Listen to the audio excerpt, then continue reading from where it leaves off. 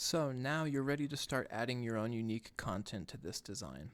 If I'd like to replace this image, I can simply double click it, which pulls up my media gallery here.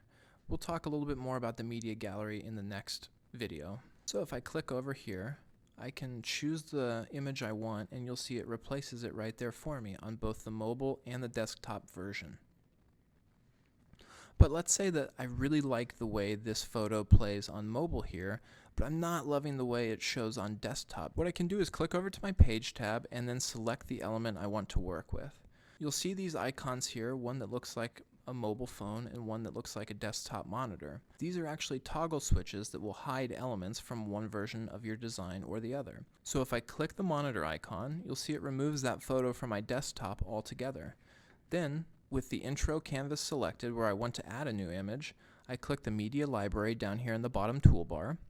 Let's say we really like this image, and I can add it right to the page there. Now I can resize the image to how I see fit and place it in the space. You'll see that it's also added this image to our mobile design, which I do not care for. So just like we did before, we'll click the toggle switch, this time for the mobile design. This lets you really customize your mobile and desktop experiences, which is so key as we're seeing more and more consumers accessing websites on their mobile devices when looking for goods and services.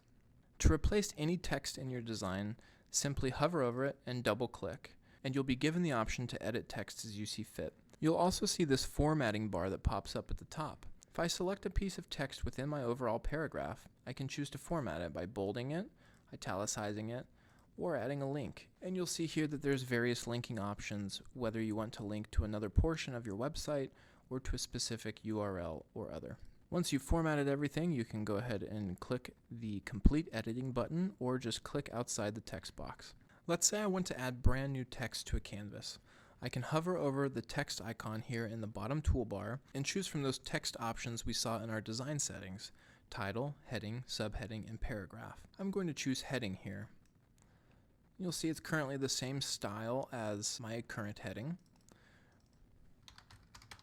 So in this example, I want to change this to say romantic authentic style.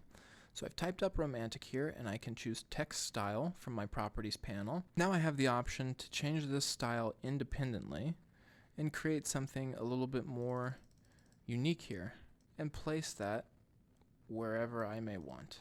Now if I'd like to center this text with the text below, I can click one and hold Command or Shift to click the other text. You'll see that our Properties panel turns into our alignment menu here. We have another great help doc which will teach you what each of these options mean. But if I want to align to group here, I can choose to center them on each other.